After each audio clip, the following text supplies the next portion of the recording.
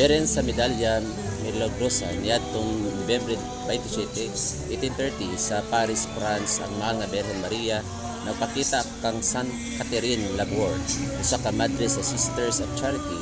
Sa iyang napakita, gitudluan niya si Catherine sa paghimo og medalya ang napakita sa iyang imahe ban sa mga pulong nga nagingon, O Mary conceived without sin, pray for us who are cursed today. Ang medalya giinang medalya milagrosa tungod sa daghang mga milagro o grasya nga naangkon niagi niini.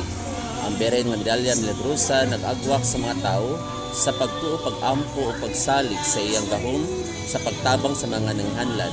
Ang medalya gisulod isip panalipod ug timaan sa grasya sa Dios.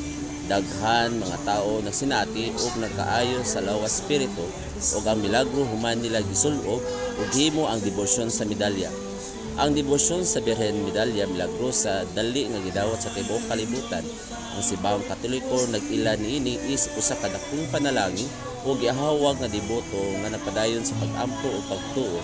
Ang mga pari ug mga misyonaryo nagpalapnag sa minsay sa paglaom kadasig inaagi sa paghatag ng medalya sa mga tao aron sila magtuyo nga malipayon sa ilang pagtuo.